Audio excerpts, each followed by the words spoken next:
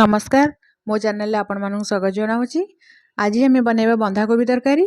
चलतु देखा यापाई कौन कौन सब सामग्री दरकार आ यार प्रणाली। मुझे बंधाकोबी पतला पतला कर काटिक रखी, आलूर चोपा छड़े एमती साइज रे काटिक रखी, तेल, लंका गुंड, हलदी गुंड, किचन किंग मसला, गरम मसला, लुण, फुटण, अदा रसुण पेस्ट, पियाज, टमाटो आउ मटर। प्रथम आम कढ़ई गरम करवा। कढ़ई गरम है टिके तेल पकईदबा, तापरे काटिक रखिथिबा बंधाकोबी आउ आलू को पकईदबा। ता उपरे हलदी स्वाद अनुसार लुण पकई गोलैकी प्रथमे आमे बंधाकोबी आलू को भलसे भाजी नेबा। एमिति बंधाकोबी आउ आलू को भाजिकी तरकारी करिया द्वारा बंधाकोबीर कंचा स्मेल चली जाए थाए आउ भल टेस्ट भी लगे। जदि आपण मन पाखे समय नहीं ताहले बंधाकोबी आलू को प्रेसर रे भी सिझेइकी तैयारी करि परिबे। एठी हमर बंधाकोबी आलू भल से भाजी हो गलानी, आलू भी टिके सिझी गलानी। एबे ताऊ गोटे प्लेट को हमें बाहर करि नेबा। आ सेम कढ़ई रे मु आउ किछि तेल पकेइछि।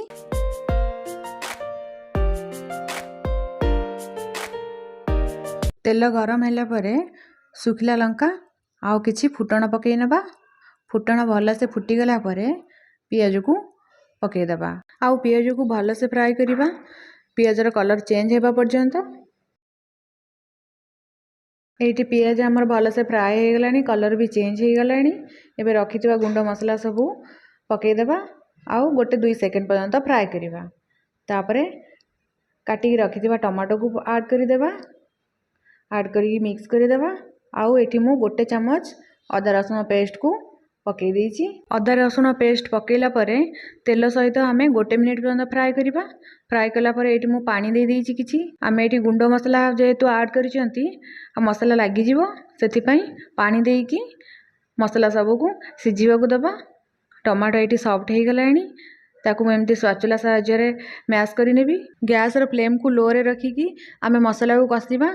नहले जदि हाई रे रखिदेले ताहले मसला पोड़ी जिवो, तरकारी पिता लागिवो, भल से मसला कसी हेबनी। एठी आमे मसला को भल से कसिबा जेमिति मसला रु कंचा स्मेल सब बाहरी जिवो आउ मसला रु तेल छाड़िबा स्टार्ट हबो, सेतेबेले हमर मसला हेइ जिवो। एबे मु एठी मटर ऐड कर दउची। एटा मु फ्रोजन मटर यूज करूची। जदि आपण मन पाखरे फ्रेश मटर अछि यूज करि परिबे। फ्रोजन मटर को पकईला परे गोटे 2 मिनिट पाखा पाखी मु कसिची। फ्रोजन मटर बेसी समय कसिले से पूरा घांटी ही जिवो। एबे हमर मसला पूरा रेडी हो गलानी, तेल छाड़ी गलानी, भल से भी कसी हो गलानी। एबे भाजी की रखिथिबा बंधाकोबी आलू को ऐड करी भल से मिक्स करि नेबा।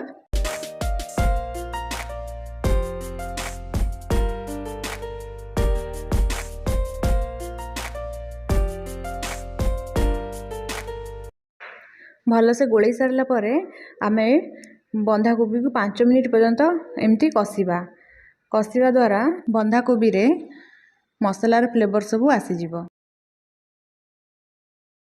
एठी मु हाफ कप पानी देइछि। रेकर्ड करबा को भूली जाइछि। आ हाफ कप पानी देला परे आउ 5 मिनिट ताको भल से फुटै नेबा। ए बंधाकोबी तरकारी को बेसी भी पतला कले भल लागेनी कि अधिक मोटा कले भी भल लागिवनी। एति कंसिस्टेंसी रे रखिले आपण जहा संगरे भी खाइले भल लागिवो। एबे हमर रेडी हो गेला बंधाकोबी आलू तरकारी। आको आपण माने गरम गरम गरम भात सह खाई परिबे, रुटी परोठा सह भी खाई परिबे। जदि मो रेसिपी आपण मानको भल लागुची ताहाले मो चैनल को सब्सक्राइब करंतु। आ मो वीडियो को पूरा देखुथिबारु धन्यवाद।